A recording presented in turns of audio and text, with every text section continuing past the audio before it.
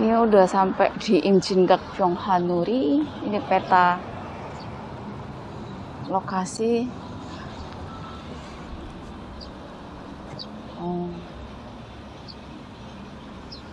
Sebenarnya ini baru pertama kali aku datang terus dicampakkan di halte bis. Biasanya langsung ke parkiran. Sekarang bingung. Ini jalan kemana ya? Imjinggak ini salah satu spot di MZ yang kita bisa datangin sendiri tanpa harus ikut tour. Terus di sini banyak banget kayak ada banyak banget kayak wisatanya, ada taman, terus habis itu ada amusement park. Terus ada di bagian di MZ-nya, jadi di sini ada Freedom Bridge, terus lokomotif yang ntar kita lihat. Terus habis itu ada juga kayak semacam diorama yang menggambarkan keadaan perang Korea pada saat itu, sama jembatan yang dulunya menghubungkan Korsel dan Korut terus putus. Itu taman perdamaian.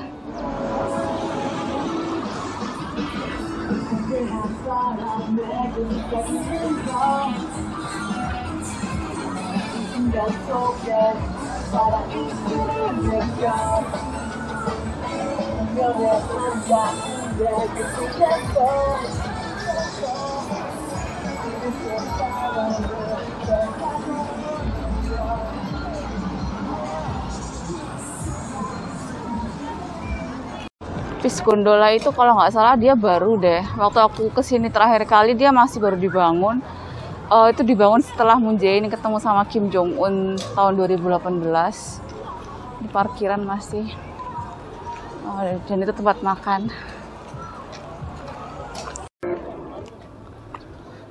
Jadi itu peta kereta sampai ke Dorasan yang ada di paling ujung. Dorasan ini line yang nantinya setelah mereka reuni harusnya dia menghubungkan antara Imjinggak ini dengan Pyongyang. Jadi dari sini ke sini.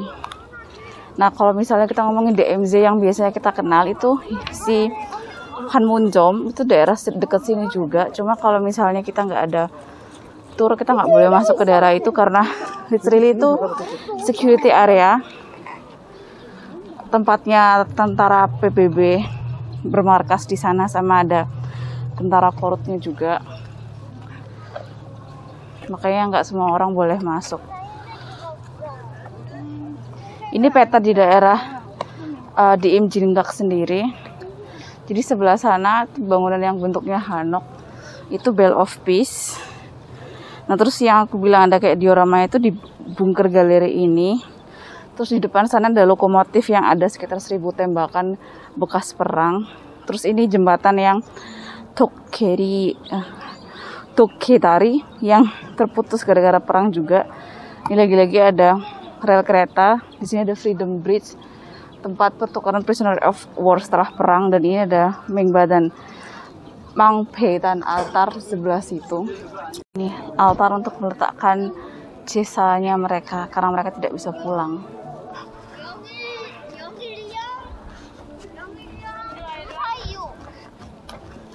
Biasanya setiap Chuseok di sini ramai sih, karena mereka ngeletakkan kayak persembahan untuk penghormatan terhadap ancestornya mereka di sini.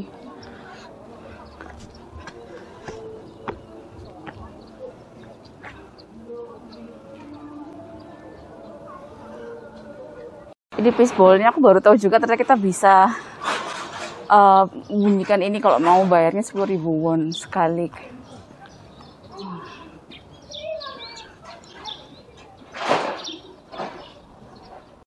Bunker exhibition.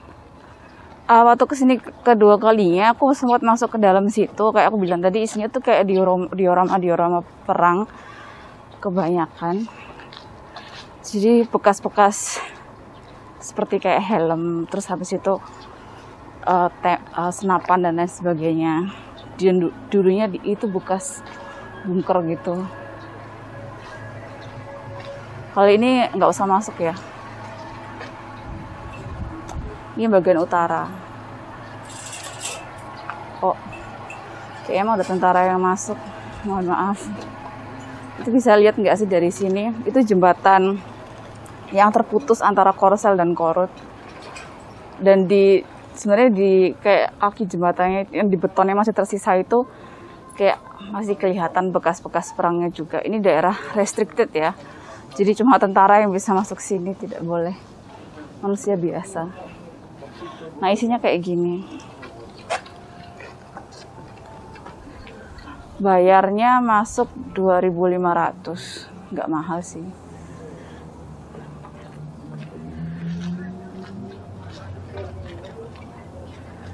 Ini bukunya MacArthur, ada di bukunya MacArthur. Kalau melihat yang restricted area, isinya begini.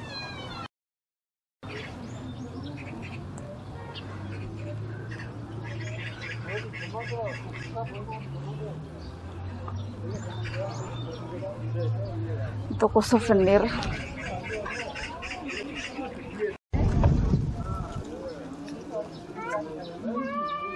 Ini mungkin spot yang paling terkenal dan paling sering dilihat di foto. Jadi ini semua adalah pita-pita yang ditalikan oleh pendatang-pendatang yang datang ke sini biasanya. Mereka semua intinya adalah mengharapkan reunifikasi kedua Korea. Lokomotif.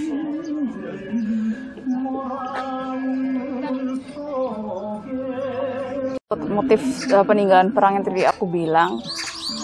Jadi dia dulu itu terperangkap di tengah-tengah di antara, dia tuh mau dari Kaesong mau ke Pyongyang, dan dia berusaha kayak mau delivery bahan-bahan perang, tapi di stop sama tentara PLA. Akhirnya dia stop di sini di daerah Jangdan, dan waktu dia akhirnya berhenti di situ, di seluruh tubuhnya tuh, di seluruh badan keretanya itu udah penuh lubang bekas peluru. Waktu itu kesaksiannya dilakukan oleh masinisnya. Sekarang dia jadi cultural heritage gitu, jadi dia dilindungi. Kita nggak boleh pegang dan nggak boleh masuk. Ini ada barikadenya.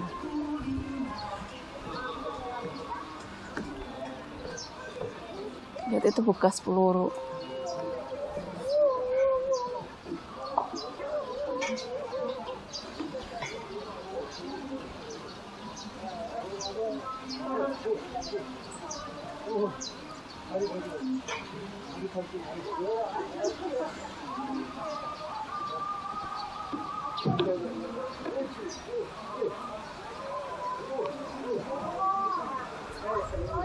Oke, jadi pertama kita ngomongin tentang kebijakan Sunshine Policy-nya Presiden Kim Dae-jung.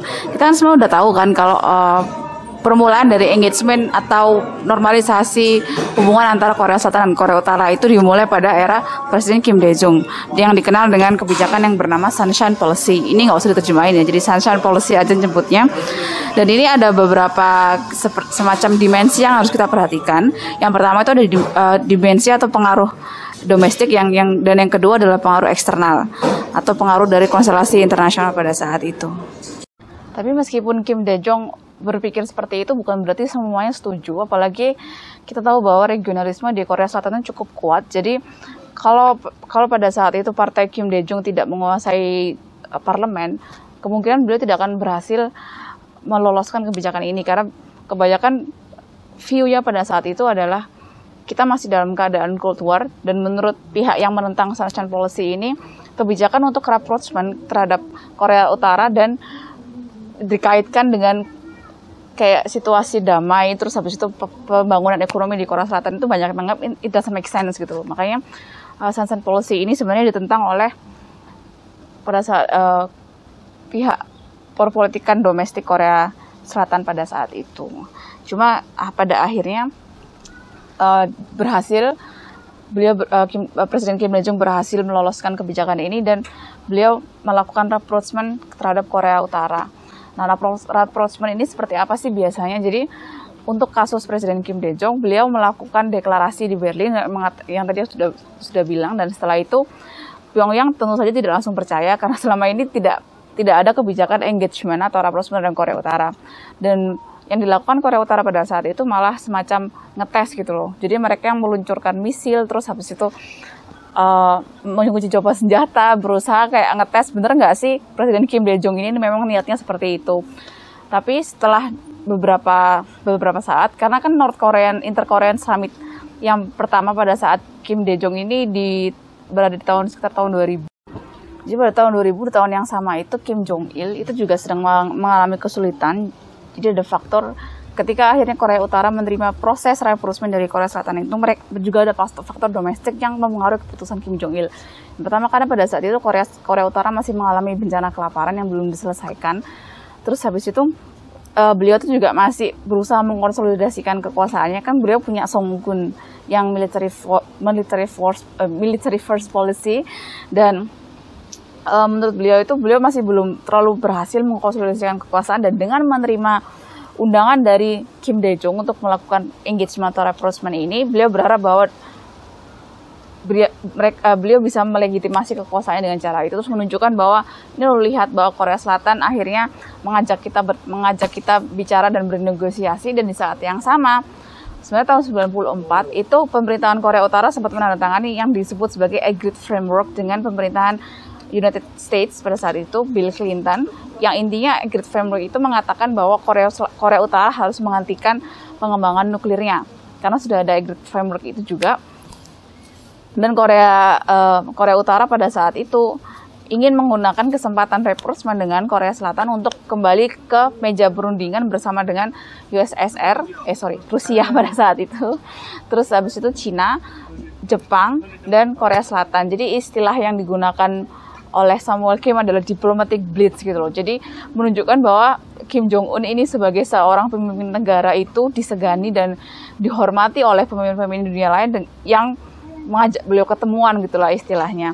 Dan salah satu cara beliau untuk kayak meningkatkan legitimasinya di kalangan domestik adalah dengan mengundang Kim Dae Jong untuk datang ke Pyongyang. Padahal pada saat itu Kim Dae Jong itu udah meminta gimana kalau kita ketemu di daerah seperti Panmunjom yang Joint Security Area, atau di daerah netral mungkin Beijing atau bahkan di Vladivostok di Rusia. Tapi pada saat itu Kim Jong Il mengatakan bahwa tidak, kita ketemunya di Pyongyang aja. Jadi dia mengundang Kim Dae Jong untuk datang ke Pyongyang, dan Inter-Korean Summit tahun 2000 dilakukan di Pyongyang. Dan itu semakin menambah legitimasinya beliau pada saat itu.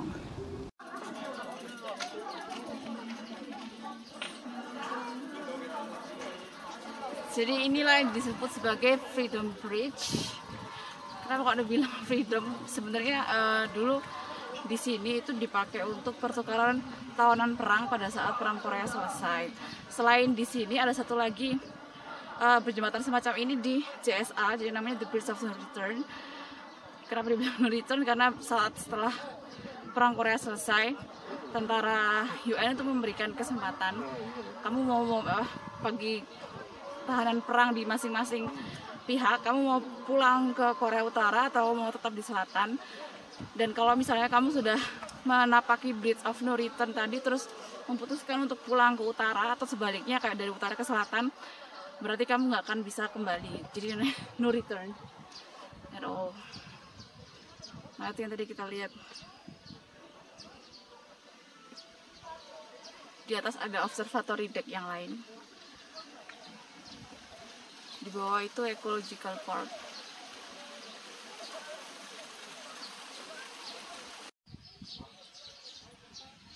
우리는 하나다. We are one. Ini udah digembok, nggak bisa masuk ke sebelah sana. Tapi isinya juga pengharapan untuk reunifikasi.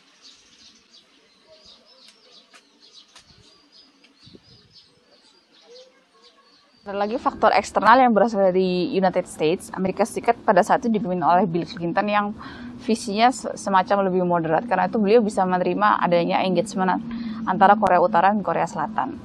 Dan menganggap bahwa ini salah satu kesempatan yang bagus setelah Agreed Framework untuk memastikan bahwa Korea Utara akan mengubah behavior mereka gitu. Sebenarnya salah satu tujuan dari rapprochement atau engagement dari Korea Selatan ke Utara itu salah satunya juga berusaha ingin agar Pyongyang itu mengubah kebijakan mereka gitu. Jadi mereka tidak terlalu antagonistik terus melakukan percobaan balistik misil atau bahkan meneruskan pengembangan nuklir mereka. Salah satu tujuan dari rapprochement atau engagement biasa seperti itu, terlepas itu dari sisi Korea Selatan, terlepas itu pemerintahan siapapun, tujuan besarnya sebenarnya seperti itu, dan tujuan jangka panjang adalah reunification. Tapi bagi pihak-pihak yang menentang adanya engagement atau mengevaluasi proses rapprochement dari Korea Selatan ke Korea Utara ini, menganalisis bahwa sebenarnya dari semua engagement yang dilakukan oleh presiden-presiden Korea Selatan itu tidak ada yang berhasil mengubah perilaku atau kebijakan luar negeri dari Pyongyang, bahwa mereka pada saat sebelum mereka melakukan engagement ataupun sebentar setelahnya, mereka memang menunjukkan semacam iktikat bahwa mereka akan mengubah behavior. Misalnya pada era Presiden Kim Dae-jung pada saat itu, beliau sepertinya menghentikan pengembangan nuklirnya, terus habis itu menghentikan uji coba misil dan lain sebagainya. Dan pada saat itu Pyongyang juga menerima bantuan luar negeri yang luar biasa besarnya. Misalnya mereka mendapatkan bantuan pangan, humanitarian aids dari World Food Program atau FAO, dan FAO juga. Beliau juga menerima nasi dan segala macamnya dari Korea Selatan, menerima uang dalam bentuk uang juga. Jadi pada saat engagement itu, proses engagement ini biasanya Korea Utara memang menerima banyak humanitarian aids dari negara-negara besar, bahkan US sekalipun. Ini sebenarnya dianalisis sebagai sesuatu yang cukup ironis, karena di dalam negeri Kim Jong Il pada saat engagement pertama dengan Korea Selatan itu mengklaim bahwa kita masih mengandalkan principle of self-reliance atau juche dalam perekonomian mereka, tapi di sisi lain mereka menerima, malah semakin bergantung kepada bantuan-bantuan luar negeri yang mereka dapatkan pada saat engagement dengan Korea Selatan dan negara-negara lainnya ini. Bagi Korea Selatan sendiri, apakah Sunshine Policy ini pada akhirnya mencapai tujuan mereka?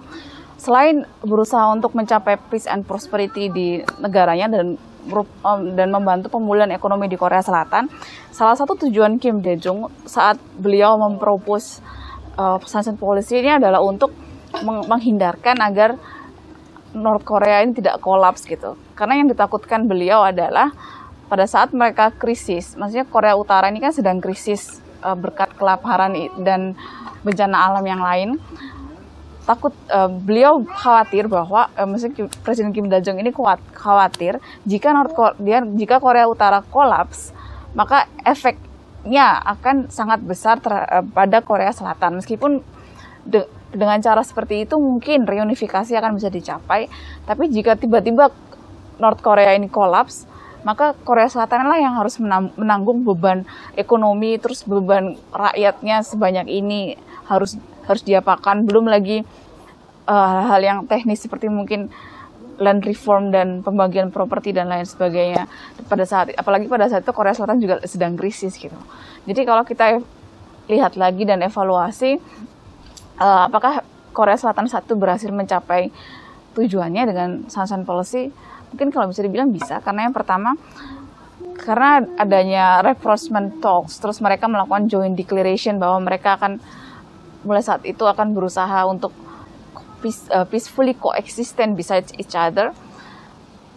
Confidence dari pihak investor dari luar itu kembali akhirnya mereka pada saat Korea Selatan sedang krisis akhirnya melihat bahwa ini salah satu semacam indikator yang baik bagi iklim investasi dan iklim ekonomi di Korea Selatan. Karena kan setelah ini Korea Selatan dan Korea Utara itu berdamai gitu loh menurut para investor. Karena itu mereka bersedia untuk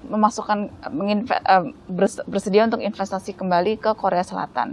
Dengan cara itulah akhirnya Korea Selatan berhasil memulihkan, salah satu sebab Korea Selatan berhasil memulihkan perekonomian mereka. Terus yang kedua, support publik terhadap reunifikasi atau setidaknya terhadap Sunshine Policy setelah proses rapprochement Korsel dan Korut ini mulai meningkat gitu. Mereka merasa bahwa peace atau perdamaian, meskipun bukan berarti kayak semacam penandatangan peace treaty, itu bisa dicapai gitu antara Korea Selatan dan Korea Utara, dan prospeknya saat damai itu kok juga bagus gitu loh bagi proses domestik gitu. Dan sebenarnya pada saat selama era rapprochement itu provokasi yang dilakukan oleh Korea Utara itu juga berkurang gitu. Jadi mereka merasa bahwa Sunshine Policy ini dari satu sisi lumayan berhasil juga. Dan yang terakhir mungkin Sunshine Policy ini meletakkan fondasi bagi presiden-presiden Korea Selatan pada umumnya. Bagaimana cara mereka merumuskan kebijakan mengenai Korea Utara. Jadi akan ada semacam setelah Presiden Kim Dae-jung, presiden-presiden setelahnya tuh jadi memiliki semacam policy yang khusus gitu. Jadi kalau misalnya beliau berasal dari Partai Liberal, biasanya kebijakannya kan berupa engagement, sedangkan dari Partai Konservatif, beliau kan kembali untuk kayak pullback gitu dari engagement dengan Korea Utara. Jadi setelah Presiden Kim Dae-jung ini, track foreign policy-nya Korea Selatan terhadap Korea Utara ini sudah semakin jelas dan bisa dianalisis pola-polanya gitu dibandingkan pada saat sebelum adanya Sunshine Policy yang kurang lebih isinya adalah semacam hostility, anti-komunis dan lain sebagainya. Sekarang kritik terhadap Sunshine Policy. Salah satunya kritik karena Sunshine Policy dianggap buang-buang uang. Selama proses engagement, seperti yang aku bilang, Pyongyang itu mendapatkan banyak humanitarian aid dan yang paling besar dari Korea Selatan. Karena itu publik dan pihak-pihak yang kontra terhadap Sunshine Policy menilai bahwa ini cuma kayak ngabis-ngabisin duit negara aja yang seharusnya dipakai untuk pemulihan ekonomi malah dikasihkan ke Korea Utara gitu. Terus habis itu yang kedua karena dinilai bahwa Sunshine Policy ini merenggangkan aliansi antara US dan Korea Selatan gitu. Karena pada saat rapprochement dimulai, kan presidennya masih Bill Clinton dan beliau sangat suportif terhadap kebijakan Kim Dae-jung ini. Sayangnya pada tahun 2001 digantikan oleh George W. Bush yang berasal dari Partai Republik. Apalagi pada saat beliau memimpin sekitar tahun 2001 terjadi beliau mengeluarkan kebijakan war on terror akibat 9/11 yang terjadi di Amerika Serikat pada saat itu, dan kebijakan war on terrornya George W. Bush ini juga semacam mengkotakkan atau mengelompokkan Korea Utara kembali kepada negara yang dianggap sebagai rough state atau negara yang tidak align dengan foreign policy mereka. Bahkan saat beliau berkunjung ke Korea Selatan dan berbicara di Torasan Station yang ada di dekat sini, perbatasan antara Korsa dan Korut, beliau mengatakan bahwa seandainya Korea Utara bisa melihat Korea Selatan yang seperti ini gitu, seandainya artinya mereka kan melihat bahwa Korea Selatan sudah semaju ini dan mereka mungkin akan kagum terus melakukan reform. Sepertinya hal ini sangat pastilah ya, pastilah sangat menyinggung pemimpin di Korea Utara sana, dan sejak saat itulah kayak mulai memburuk gitu loh. Dan sebenarnya pemerintahan Bush juga tidak terlalu mendukung kebijakan Sunshine Policy dari Presiden Kim Dae-jung, karena itu ada pihak yang menganggap bahwa kebijakan Sunshine Policy ini jika diteruskan dia akan semacam melemahkan aliansi Korea Selatan dan Amerika Serikat. Naik di Pyongyang Gondola ini kita bakal ngomongin tentang Sunshine Policy yang baru di bawah kepemimpinan Presiden Moon Jae-in dan Chairman Kim Jong-un di Korea Utara. Kita kan tahu setelah masa pemerintahan liberal di Korea Selatan, Roh Moo-hyun yang terakhir, dua presiden berikutnya adalah Im Yong-bak dan Park Geun-hye yang berasal dari Partai Konservatif. Dan karena itu polisi mereka terhadap Korea Utara ini sangat berbeda dengan kebijakan Partai Liberal sebelumnya. Nah, Sunshine Policy ini baru kembali setelah Moon Jae-in memerintah dan beliau mengumumkan bahwa beliau menginginkan agar Korea kembali ke Sunshine. Meskipun pada awalnya beliau juga bilang beliau akan meneruskan garis kebijakan pendahulunya Park Geun-hye dan Im Yong-bak yang memang tidak hanya sekedar engagement, tapi mereka berdua itu ada pressure, sanksi, dan juga semacam reciprocity dari pihak Korea Utara. Jadi kalau mereka mau denuklirisasi, kita bakal kasih apa, seperti itu kebijakannya. Awalnya Moon Jae-in ingin seperti itu karena kebijakan yang maksimum pressure dan kemudian engagement ini selaras dengan politik luar negeri Amerika Serikat di bawah Donald Trump. Awalnya seperti itu, tapi pada kenyataannya dan pada perjalanannya ternyata kebijakan Moon Jae-in ini lebih mirip seperti kebijakan Sunshine Policy yang pure engagement. Jadi sepanjang DMZ itu berbahaya juga karena banyak ranjau yang masih ada di situ dan belum di-remove.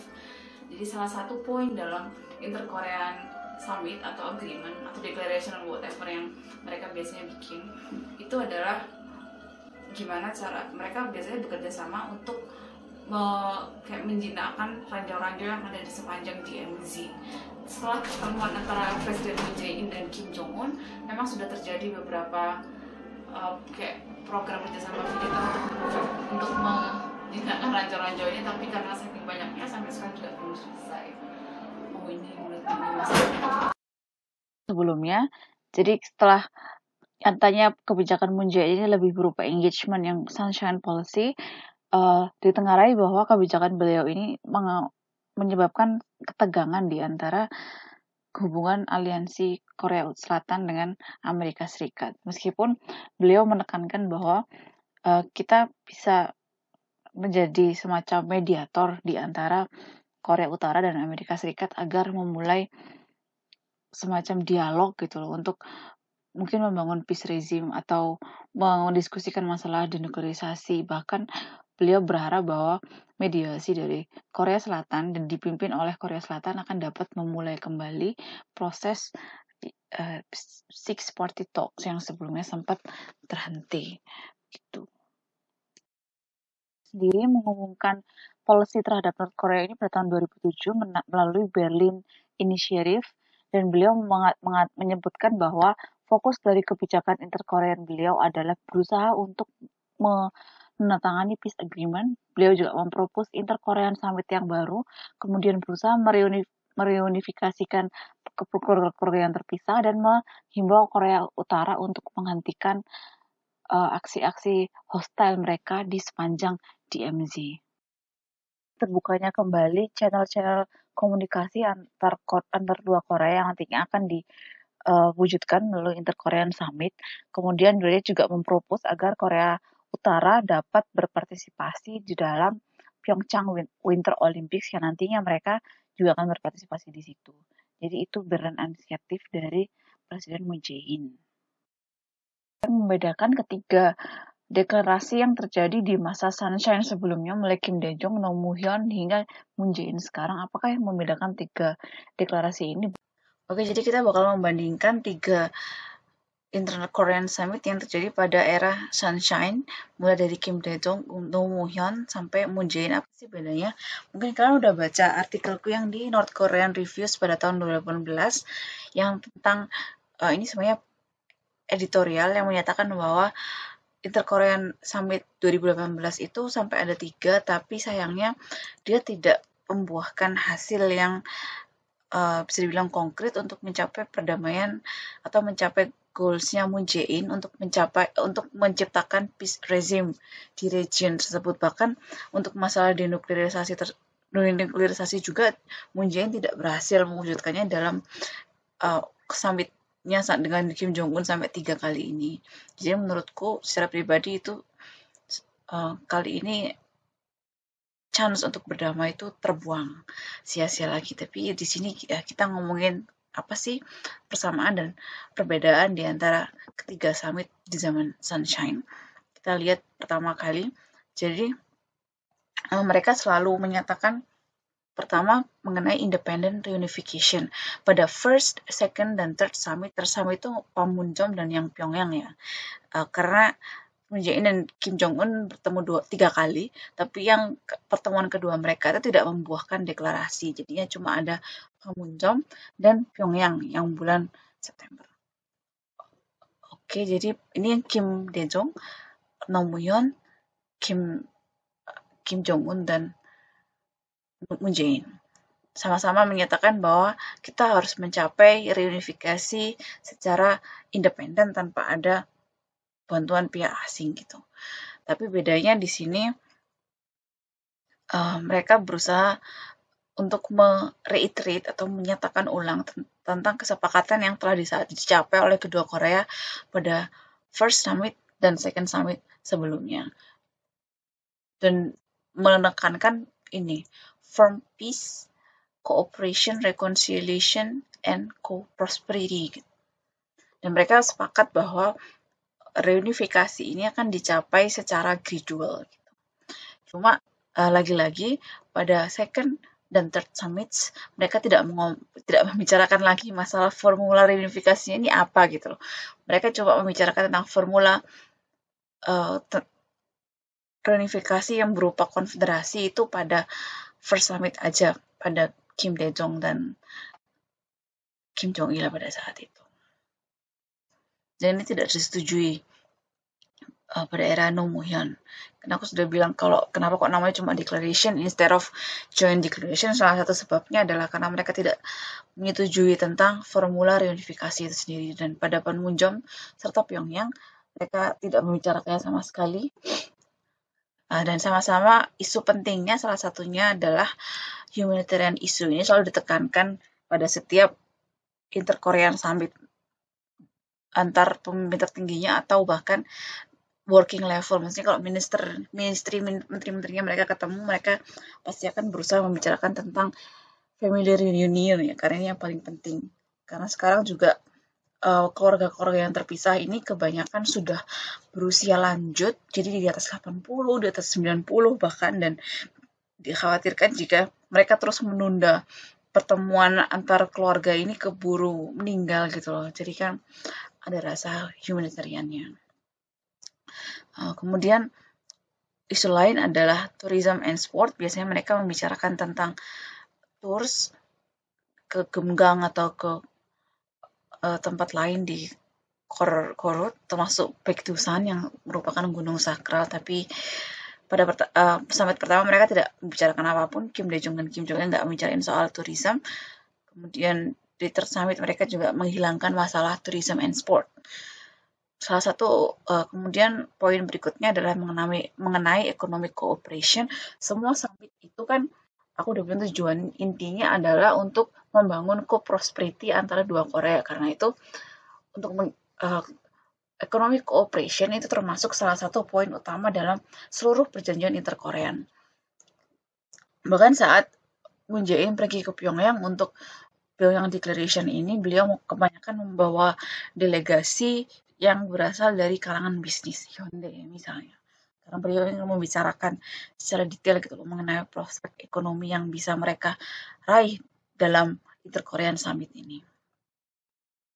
Paling banyak emang pada era Nomuhyun ya, dibicarakan detail tentang ada special peace and cooperation khusus di West Sea. Terus ada juga konstruksi Kaesong Industrial Complex. Sebenarnya Kaesong Industrial Complex ini terus berjalan sejak masa Nomuhyun sampai berhenti di era Park Geun-hye, karena ada beberapa sebab, nanti kita akan bicarakan lebih lanjut soal itu. Dan karena itu pada era Kim Jong-un dan Moon Jae-in mereka berusaha membicarakan normalisasi kembali atau mengaktifkan kembali Kaesong Industrial Complex ini beserta Gemgang Tourism Project yang juga berhenti di era Im Yong-bak atau Im Yong-bak pada saat itu. Tapi setelah Pyongyang Declaration ini tidak ada tindak lanjut khusus untuk membuka kembali Kaesong, apalagi memulai kembali tourism project di Gemgang Mountain. Salah satunya karena Kim Yo-jong meledakkan Inter-Korean Office yang ada di Kaesong. Jadi tidak dibicarakan lagi. Kemudian menekankan dialog ini, poin ini hanya ada di dua deklarasi pertama, tidak ada yang lain. Kemudian isu yang paling penting tentu saja adalah security issue and peace, karena seluruh Inter-Korean Summit ini sangat terkait dengan isu security yang ada di kedua Korea gitu. Biasanya mereka membicarakan tentang isu nuklir yang dimiliki oleh Korea Utara. Gitu. tidak disebutkan di tahun 2000, tapi mulai disebutkan di era Nomuhyon, berusaha mengurangi hostility satu sama lain dan mengurangi tensi yang ada di antara kedua peninsula gitu. Ada confidence building measures, dan di era Moon Jae-in serta Kim Jong-un mereka menyetujui kalau leaflet itu tidak ada lagi. Kayak mereka masih suka menyebarkan leaflet propaganda gitu loh, saling, yang Korea Utara juga ngelakuin, Korea Selatan juga, mereka setuju untuk berhenti di Panmunjom Declaration, dan kemudian pada tahun 2020 itu salah satu poin yang diangkat oleh Korea Utara yang membuat hubungan mereka memburuk lagi adalah isu leaflet ini. Jadi Korea Selatan dituduh, kamu kenapa masih menyebarkan leaflet gitu di daerahku. Nah, kemudian mereka membicarakan tentang skema mengubah daerah West Sea dan Northern Limit Line sebagai daerah Maritime Peace Zone. Nanti kita akan bahas, karena isu Northern Limit Line and West Sea ini akan lebih nyambung nanti kalau kita bahas di bahasan tentang inter-Korean relationship di masa Park Geun-hye dan Lee Myung-bak, karena kasus NLL dan West Sea ini terjadi pada era mereka. Dan di sini mereka Pyongyang deklarasi mereka setuju untuk substantial removal the danger of war. Ada Joint Military Committee yang salah satu kegiatannya pada saat itu adalah removal landmines yang ada di sepanjang DMZ dan juga mengurangi guard post, karena guard post di DMZ itu kan banyak. Jadi mereka setuju untuk mengurangi beberapa guard post di beberapa area tertentu aja.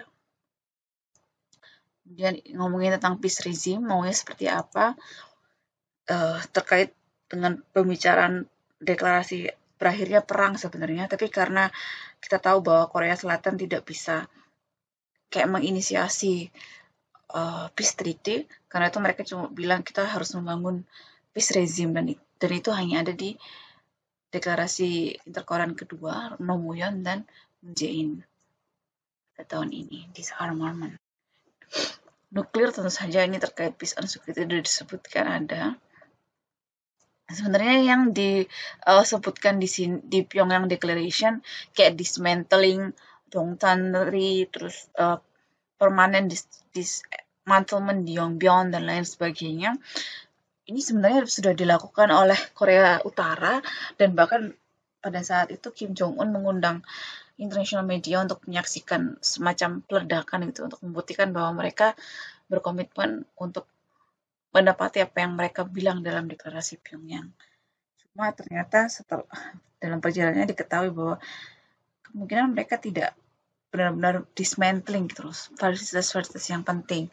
Yang di dismantling sendiri juga lupa yang pada saat itu diledakkan itu yang mana. Tapi pada perjalanan nantinya ditenggarai kalau sebenarnya fasilitas yang penting itu malah tidak dismantle. Jadi mereka diam-diam masih meneruskan. Complete denuclearization, sekali lagi ada perbedaan persepsi antara Korea Utara dan Amerika Serikat tentang denuklearisasi seperti apa yang ingin mereka capai, apakah CVID, FFID, atau yang lain, karena maunya mereka berbeda. Sedangkan pada pertemuan interkorean sendiri, kedua pemerintahan tidak menspesifikasi gitu loh, maunya denuklearisasi ini dilakukan seperti apa. Apakah denuklearisasi ini dilakukan setelah peace regime-nya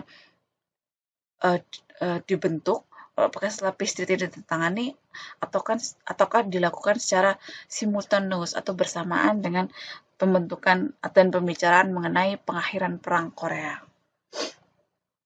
Ini juga poin menarik sebenarnya, saling mengundang satu sama lain. Kan yang pertama terjadi di Pyongyang. Pada saat itu Kim Dae-jung itu mengatakan bahwa saya mengundang Kim Jong-il untuk datang ke Seoul pada saat yang tepat, tapi sampai Kim Jong-il ini meninggal, beliau akhirnya tidak datang, dan karena memang security risk yang nilai oleh Pyongyang kalau misalnya mereka datang ke Seoul itu akan lebih besar ketimbang Presiden Korea Selatan yang pergi ke Pyongyang gitu. Karena itu poin yang ini sebenarnya susah meskipun sama Kim Jong Un juga mengatakan bahwa beliau akan berusaha mengunjungi Seoul gitu loh untuk mengunjungi kayak membalas kunjungan dari Moon Jae-in, tapi kita tentunya tahu bahwa beliau tidak pernah datang ke Seoul pada akhirnya.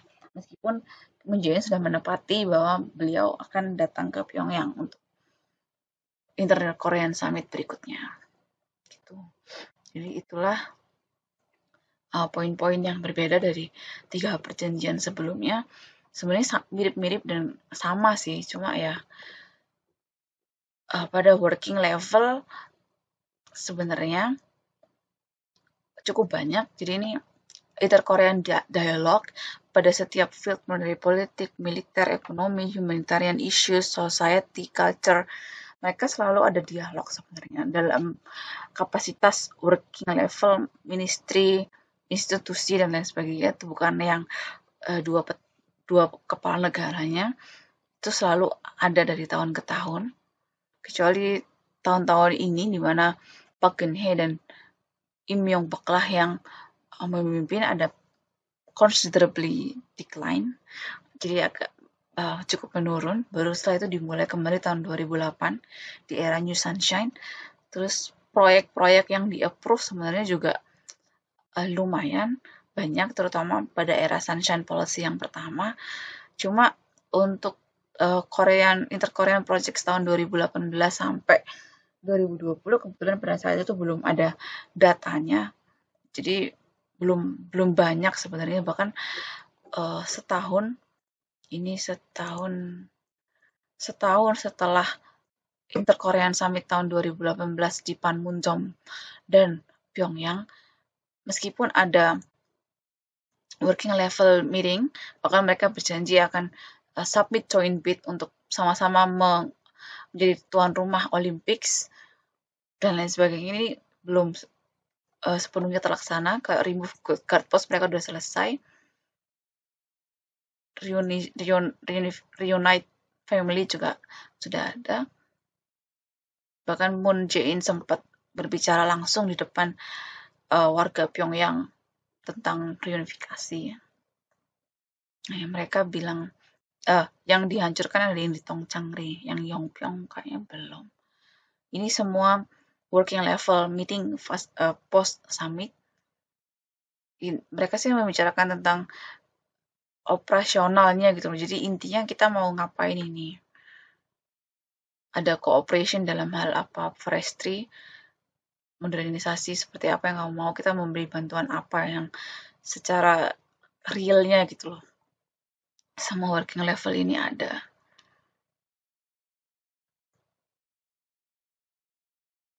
Kebanyakan sih forestry, road competition, karena salah satu poin penting adalah menyambungkan railways antar Korea Utara dan Korea Selatan. Jadi kalau kemarin aku pernah bilang nggak sih, yang di Dorasan, yang di West Line itu sudah nyambung. Jadi kalau misalnya mau dipakai bisa. Cuma yang belum nyambung adalah Donghae Line yang di bagian Gangwon-do. Itu relnya belum nyambung dan mereka berusaha melalui road cooperation dan lain sebagainya. Ini mereka berusaha menyambungkan Gyeonghae dan Gyeonggi roads dan railway lines. Tapi terganjal masalah dana dan infrastruktur, karena jujur aja kayak North Korea tidak ada kapasitas finansial gitu loh untuk memperbaiki sistem railways atau bahkan mengganti rel yang sudah lama gitu. Sedangkan Korea Selatan juga menyatakan bahwa mereka kayak keberatan gitu untuk menanggung semuanya gitu, karena itu agak susah untuk menyambungkan Donghae Line yang belum tersambung dari Jeju Station itu. Red Cross ini biasanya membicarakan tentang family reunion dan Gemgang Tour bisa ke sana dari Korsel. Cuma ya belum terlaksana. Jadi semua meetingsnya sudah ada pembicaraan lagi membuka kesong tapi tidak terlaksana. Terus masalah bantuan agriculture and fishery ini juga sudah dilakukan talknya. Tapi kan untuk proyek itu kan harus di approve gitu loh. Jadi cukup sulit. Ini meeting setelah Kim Dae-jong yang sebenarnya lebih banyak. Pada saat itu sih aku kayak menemukan bahwa setelah Pyongyang Declaration sekalipun working level meetingsnya tidak sebanyak era Sunshine yang pertama, dan setelah itu kan kita tahu setelah tahun 2020 ke atas kan corona, dan corona itu sangat menutup perbatasan dan juga ada deeskalasi hubungan antara dua Korea gitu, jadi hubungannya memburuk. Karena itu kebanyakan project ini antara tidak di-approve dan akhirnya tidak terencana gitu dengan baik.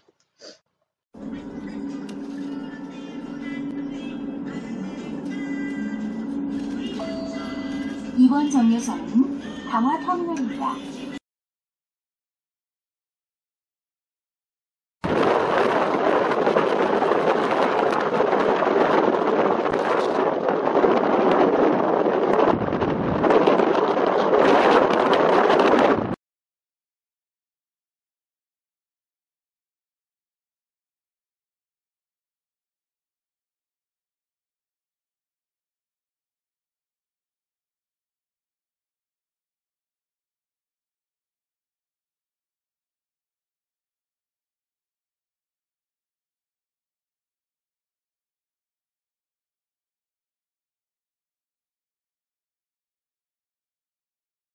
Limit line ini adalah batas maritim dari Korea Utara dan Korea Selatan, sementara DMZ itu untuk membatasi bagian daratnya. Kan ada di peta situ bisa kelihatan kalau Gangwon Island itu salah satu pulau yang paling luar, tapi sebenarnya ada pulau yang paling luar lagi, ada 5 yang di pinggir sebelah kiri. Itu batas antara Korea Utara dan Korea Selatan yang ditentukan oleh kedua negara. Dan dalam setiap Inter-Korean Summit atau Inter-Korean Meeting selalu ditetapkan bahwa kita sudah menyepakati ini adalah batas kedua negara kita, tapi kalau misalnya relasi kedua negara sedang bagus, biasanya North Korean fishers itu bisa kayak melakukan aktivitas semacam fishing atau bahkan cuma lewat di situ gitu. Dan di salah satu pulau terluar yaitu Daejeong dan Yeonpyeong itu sempat terjadi semacam battle kecil-kecilan antara Korea Utara dan Korea Selatan karena North Korea itu melanggar batas Northern Limit Line ini, dan mereka mengklaim bahwa Korea Selatan lah yang melanggar batas NLL ini gitu. Semua Peace Observatory ini kita bisa melihat langsung Northern Limit Line itu mulai dari mana, dan persis di depan atau di seberang Gangwon Observatory ini kita bisa melihat teritori yang sekarang adalah teritori dari Korea Utara. Meskipun ada binokular, tapi itu petanya ya, jadi kelihatan kan lainnya. Dan kalau misalnya kita melihat ke depan langsung, bahkan tanpa binokular sekalipun, kita bisa melihat teritori Korea Utara yang sekarang itu ada di depan itu. Sambil jalan-jalan lihat Gangwon Observatory ini, kita ngomongin sedikit tentang kebijakan interkorean di masa Im Yong Bak ya. Jadi Gangwon Observatory ini punya 5 lantai, yang kita bisa akses hanya 4 lantai. Yang paling atas untuk military, dan ini isinya foto-foto yang memperlihatkan interkorean related events. Dan kalau yang ini tuh kayak yang ada di Imjingak, jadi isinya kertas-kertas yang berisi harapan-harapan untuk reunifikasi gitulah. Untuk Lim Yong Bak sendiri, sebelum beliau diinaugurasi itu beliau sudah menyebutkan bahwa beliau itu ingin mengambil kebijakan yang berbeda daripada Sunshine Policy Kim Dae-jong dan Roh Moo-hyun. Jadi beliau ingin bersifat lebih pragmatis terhadap hubungan dengan Korea Utara, karena beliau melihat bahwa hanya melakukan engagement dan memberikan bantuan tanpa syarat atau timbal balik apapun dari Korea Utara tidak akan membuahkan hasil gitu. Makanya setelah menjadi presiden, beliau mengeluarkan rencana yang dinamakan, bahasa Inggrisnya sebenarnya gampangnya Plan 3000, tapi bahasa Koreanya Bihek Gebang 3000. Jadi intinya adalah beliau ingin agar Korea Utara itu bisa mencapai GDP sebesar $3.000 dalam waktu 10 tahun, dan itu akan dibantu oleh Korea Selatan, terutama dalam hal pemberian bantuan ekonomi dan lain sebagainya. Tapi syaratnya Korea Utara itu harus mulai melakukan proses denuklearisasi secara total gitu. Dan tentu saja Korea Utara tidak menerima hal ini karena mereka itu kan alergi dengan kata-kata opening gitu ya, dan economic development melalui reformasi ekonomi itu mereka sangat curiga gitu, tidak percaya. Karena apa yang terjadi di Cina misalnya, apa yang terjadi di negara-negara komunis lain, mereka tuh bisa melihat bahwa opening itu sama dengan rezim failure gitu. Jadi mereka tuh takut survivability rezimnya itu akan terganggu jika mereka melakukan opening. Karena itu mereka tidak percaya dengan plan 3000 yang dicanangkan oleh Im Yong Bak ini. Policy reunification dari masing-masing presiden, mulai dari Park Chung-hee sampai Moon Jae-in. Park Chung-hee kan kita tahu dia pernah berhasil mengadakan Inter-Korean Summit yang tahun 72 itu.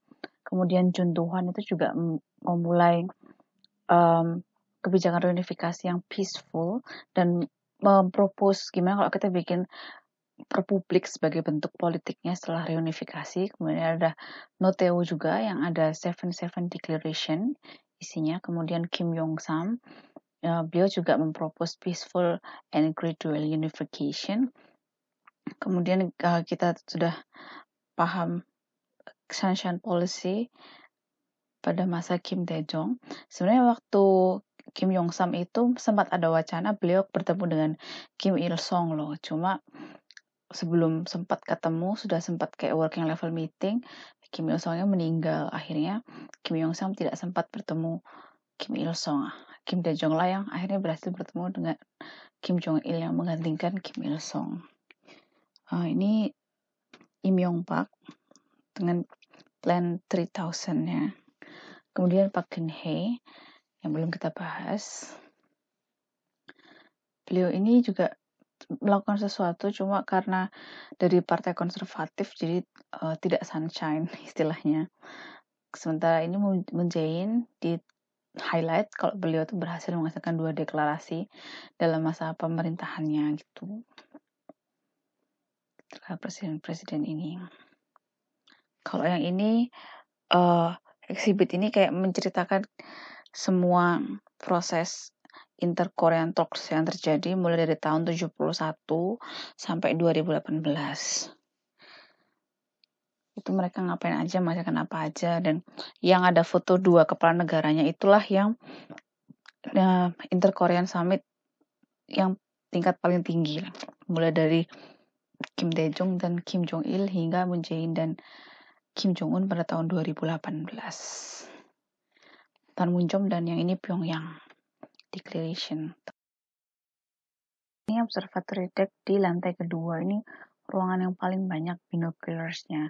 Bayar 500 won kalau mau ngelihat salah satu gunung yang ada di Kaesong kalau cuacanya lagi cerah.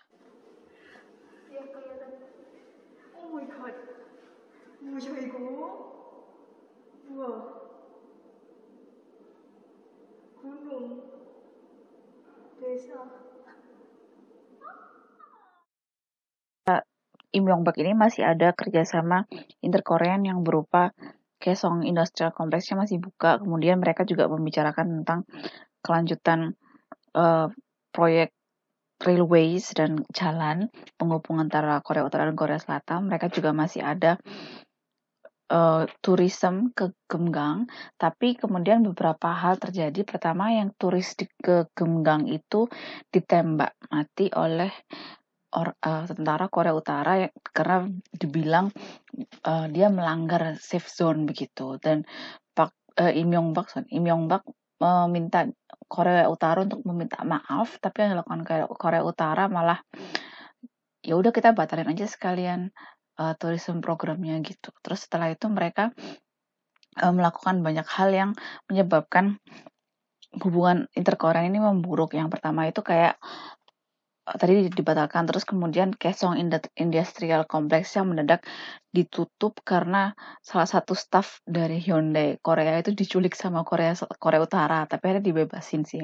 Terus kemudian tahun 2010 itu kapal selam Conan punyanya Korsel itu ditenggelamkan oleh Korut gitu. Dan Korut bahkan setelah investigasi mereka menolak hasil investigasi karena menganggap bahwa hasilnya itu tidak legit gitu loh.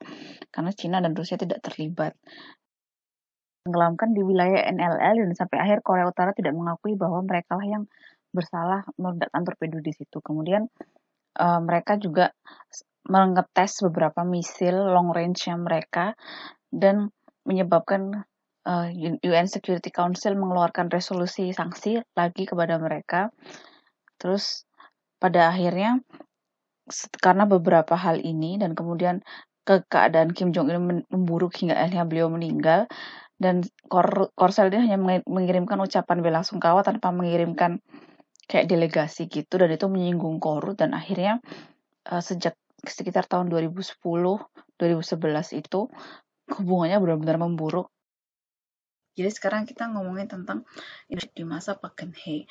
Tadi kan hubungan sudah mulai memburuk ya tahun sekitar 2010-2011 di mana Kim Jong Un menggantikan ayahnya.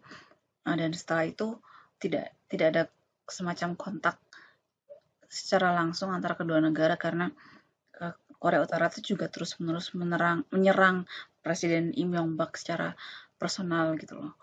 Dan akhirnya tidak ada kemajuan dalam inter-Korea relationship dan sampai Park Geun-hye akhirnya naik ke kursi presidensi sekitar tahun 2012.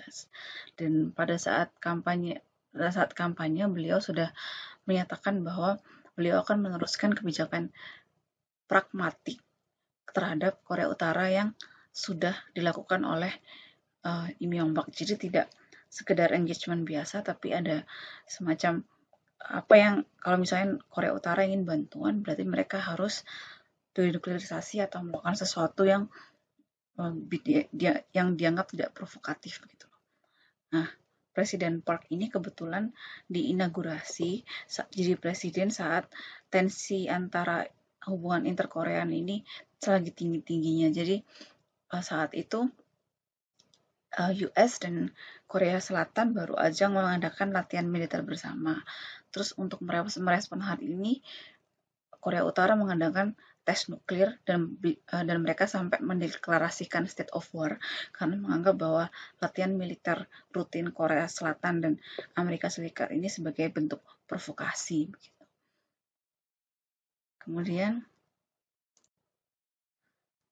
tapi akhirnya kedua Korea ini kembali ke dialog, terus mereka menginginkan untuk pembukaan kembali Kaesong Industrial Complex yang akhirnya dibuka memang.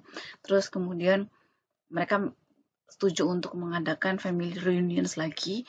Awalnya sempat dibatalkan oleh Korut last minute gitu, tapi setelah itu diadakan lagi. Terus kemudian ingin memulai kembali gitu tourism ke Gemgang Mountain.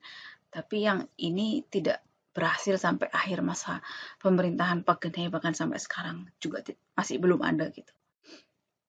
Terus tahun 2014 Park Geun-hye ini mulai sedikit mengubah direksi atau arah dari kebijakan beliau terhadap Korea Utara. Jadi beliau mulai meletakkan tekanan terhadap unification gitu.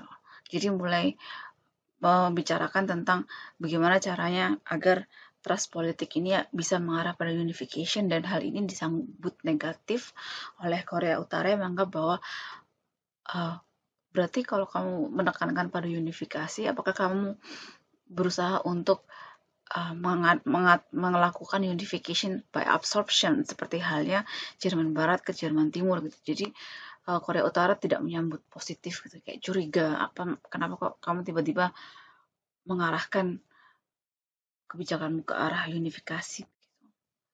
Akhirnya memburuk lagi sekitar tahun 2015 tuh bahkan ada dua prajurit Korsel yang lagi patroli di DMZ tiba-tiba cedera karena ada ranjau meledak. Dan ranjau kan tidak mungkin meledak di daerah sembarangan dan ternyata setelah investigasi diketahui bahwa Korut lah yang meletakkan ranjau itu di daerah DMZ yang bukan daerah ranjaunya gitu loh. Jadi ada unsur kesengajaan. Nah, sebagai balasannya, Korsel ini mulai lagi melakukan propaganda lewat sound systemnya mereka yang ada di DMZ itu. Dan sebagai balasannya lagi, Korea Utara itu menembakkan meriam ke arah Korsel. Jadi hubungannya memburuk sampai akhirnya tahun 2016, Park Geun-hye itu kembali mengumumkan penutupan Kaesong Industrial Complex. Dan hingga sekarang Kaesong ini juga belum dibuka lagi. Terus beliau juga semakin menekan untuk investigasi pelanggaran hak asasi manusia yang dilakukan oleh Korut, dan beliau juga sampai traveling gitu ke negara-negara yang masih ada hubungan baik dengan Korut, misalnya Iran atau Uganda, terus berusaha memujuk mereka untuk gimana kalau kamu coba bicara dengan Korut untuk kayak mengurangi provokasi tes nuklir dan sebagainya, dan berusaha memujuk mereka agar turut menekan Korut lewat sanksi yang diberikan oleh PBB gitu. Yang jelas ini memperburuk hubungan kedua negara. Kemudian di hampir akhir masa jabatannya kan beliau mulai membicarakan mengenai penginstalan THAAD yang bisa mengintersepsi misil dari Korut, dan jelas hal ini tidak disambut baik oleh Korut dan juga Cina pada saat itu. Jadi hubungan ini memburuk sampai akhirnya beliau kan di-impeach dan setelah itu diganti oleh Moon Jae-in yang kembali dengan New Sunshine Policy-nya. Sekian kelas hari ini, terima kasih sudah menyimak dan mendengarkan lecture hari ini. Sampai ketemu di kelas.